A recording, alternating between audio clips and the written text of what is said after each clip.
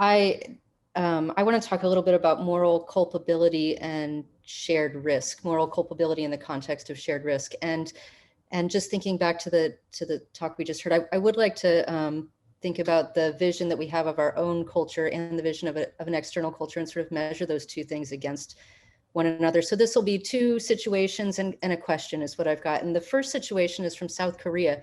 And this, I owe entirely the knowledge of this and the conversation about it to Will Reyes and his team at the Human Rights Media. You guys have done an excellent job researching this and looking into it. And I had a great conversation with him about it and learned from that. So thanks to Will for this. It's a great foil in some ways, or an illustrative foil in some ways, to the contemporary American situation. So in South Korea right now, we've got, which many of you may already know, Shincheonji, the Shincheonji Church of Jesus, claims over 300,000 members, most of them in South Korea.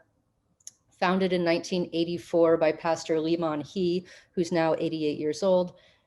It is a new religious movement, and it's often called a cult. And we know that that attribution, the word cult, really has a lot to do with our feelings about an organization, most often, as much as it does with the characteristics of it. This church in particular shares theologically a great deal with new Christian movements developed in America in the 19th century. It's got a lot in common with a lot of those.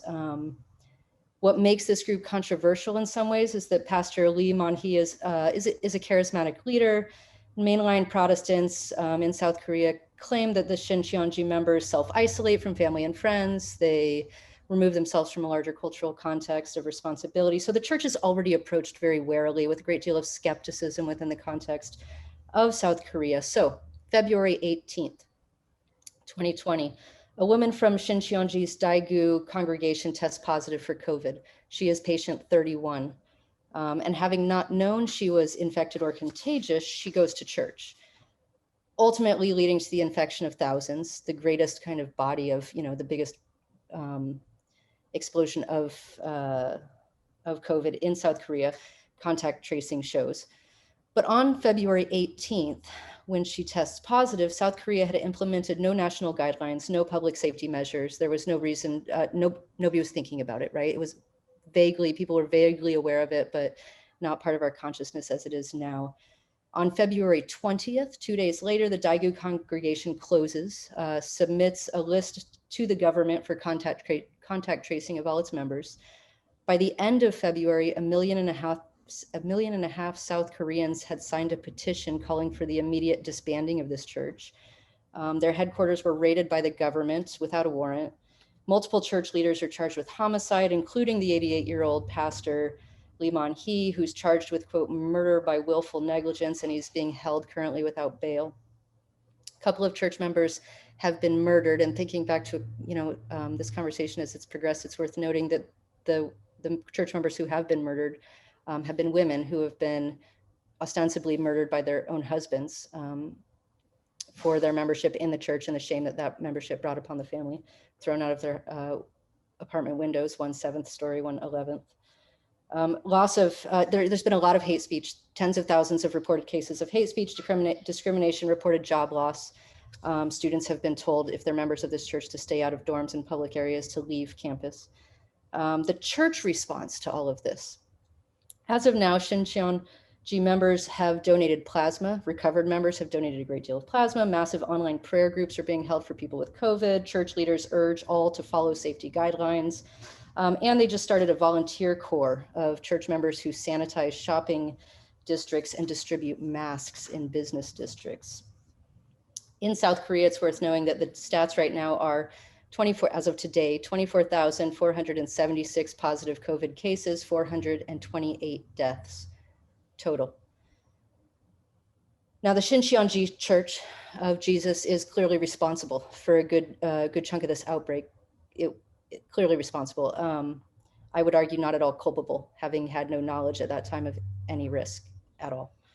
Now, in the US, just to flip, in the US, our total number is, as of today, 7.64 million cases with 213,000 deaths, approximately. So, much higher. A week ago today, on October 2nd, the nation's president announced that he and the First Lady tested positive following a very active week of public events, including the Rose Garden ceremony, announcing the new nominated Supreme Court Justice, an outdoor rally in Pennsylvania, several White House meetings and events, a presidential debate in Cleveland, an outdoor rally in Minnesota, and a fundraiser in New Jersey, all largely held without masks or social distancing.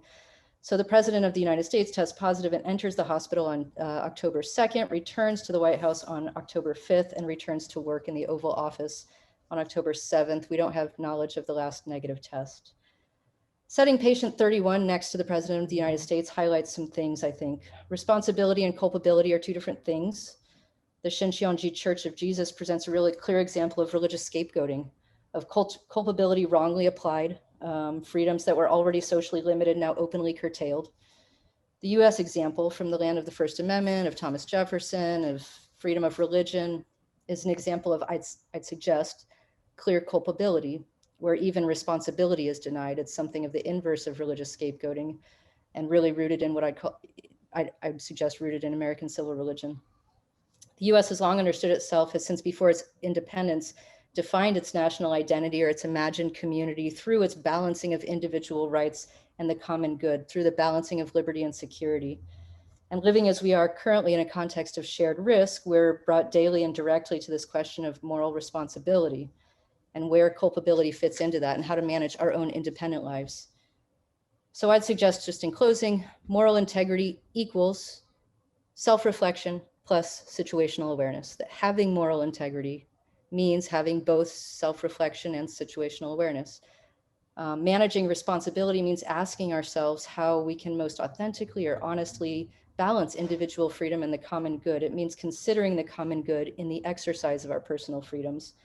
And in the context of nations, it's incumbent upon governments to protect the common good in at least two ways: refraining from certain things like prosecutorial excesses against unpopular groups, such as in the South Korea example, refraining from words and deeds that support or encourage violence, such as in the American far-right groups, current uptick in violence.